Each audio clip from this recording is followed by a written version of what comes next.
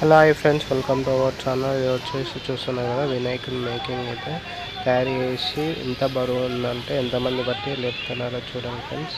చూస్తున్నారు కదా, మనకైతే వినాయకుని అయితే ఎంత కష్టపడి చేస్తున్నారో.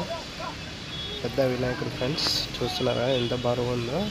మనకైతే దాదాపు ఒక 10 మంది అయితే మనకైతే పట్టి లేపుతున్నారు ఫ్రెండ్స్. చూడండి, ప్లీజ్ లైక్ చేయండి అండ్ షేర్ చేయండి. ప్లీజ్ సబ్స్క్రైబ్ చేసుకోండి ఫ్రెండ్స్. Please support me.